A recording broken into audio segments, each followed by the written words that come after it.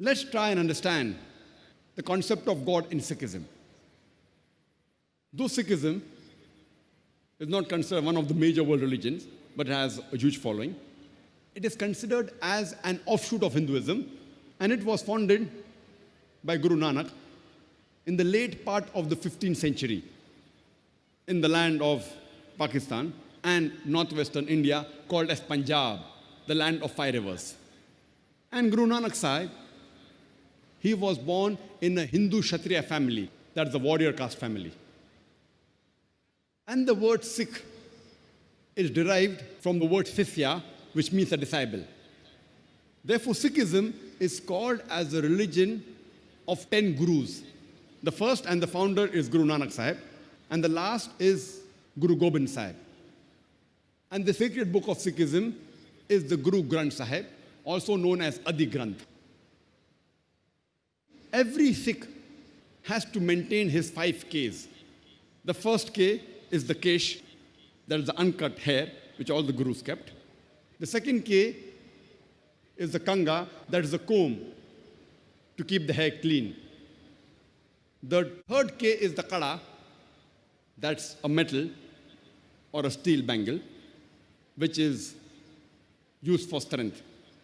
The fourth K, it is the kirpan, or the dagger, which is used for self-defense. And the fifth K is the kacha, or the long underdrawers or underwear, which is used for agility. Every Sikh, according to Sikhism, has to maintain his 5 Ks. And if you ask any Sikh that what is the definition of Almighty God in Sikhism, the best reply he can give you is quote to you the Mool Mantra of Sikhism. That is the fundamental creed of Sikhism, which is there in the first volume of Guru Granth Sahib, first chapter, first verse, known as Japuji. It says that God is only one. He is called as the true, the creator, who is free from fear and hate, the immortal, not begotten, self-existent, great and compassionate. This is the description of Almighty God in the Japuji, which is the Mool Mantra of Sikhism. And Sikhism is strictly a monotheistic religion. And in the unmanifest form, Almighty God in Sikhism is called as Ekomkara. And the manifest form, he is called as Omkara. And there are various attributes given to Almighty God in Sikhism, in the sacred scriptures. He is referred to as Akal, that is eternal. He is called as the Kartar, the creator. He is referred to as Satnama, which is the holy name. He is called as Sahib, which means the Lord. He is called as Parvardigar, which means the cherisher. He is called as Rahim, the merciful. He is called as Kareem, the beneficent. He is also called as Vahe Guru, means one true God. Sikhism, besides being a monotheistic religion, it is against Avtarvada, which means it is against Almighty God taking incarnation, against Almighty God incarnating, known as Avatar. And it is also against idol worship. Guru Nanak, he was also influenced by Sant Kabir.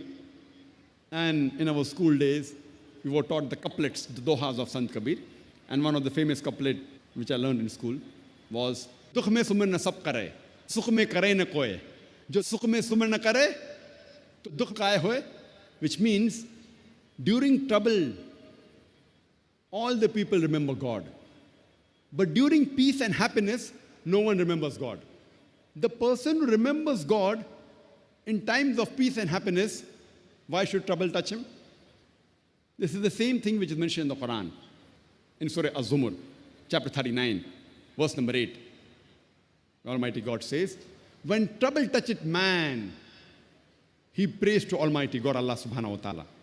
And when Almighty God bestow his favors on him, he forgets that he had prayed to Almighty God. And he associates partners with him. So if we read the Guru Granth Sahib and the 6 scriptures, you shall understand the concept of God in Sikhism.